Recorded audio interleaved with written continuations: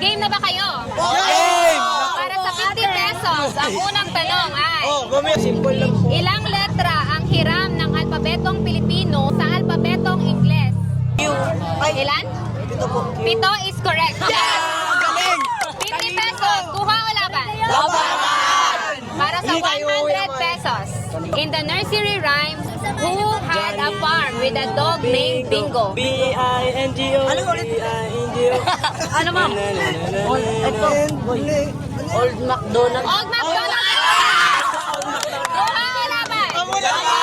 Laban para sa 150 pesos. Mental block. What is the fourth letter of the Greek alphabet? Delta. Delta is correct. Ilan na? 150 pesos. Kuha o laban? Para sa 200 pesos. Ano ang Tagalog sa gray? Ano ang Tagalog sa gray? Abo is correct. 200 pesos. Kuha o laban? Laban. How many soccer players should each team have on the field at the start of each match? 11 is correct.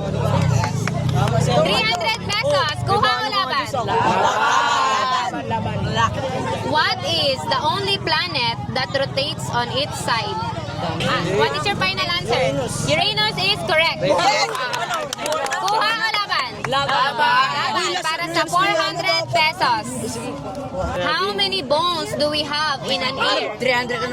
Ay, 3 is correct. Yes! 450 pesos. Kuha o laban?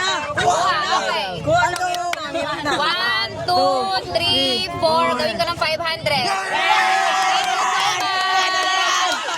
Baka may gusto kayo i-shout out. Oh, shout out! Shout out kay Madam Villaranda po, kay Madam Neden, kay Madam Erisalin, kay Madam Kimberly. Madam Tere. Madam Kimberly. Doon po sa kasama namin si Adriel Tasco po, andun po sa likod. Nagbabantay po ng gamit namin. Shout out po doon. Thank you po. Shout out sa mama ko!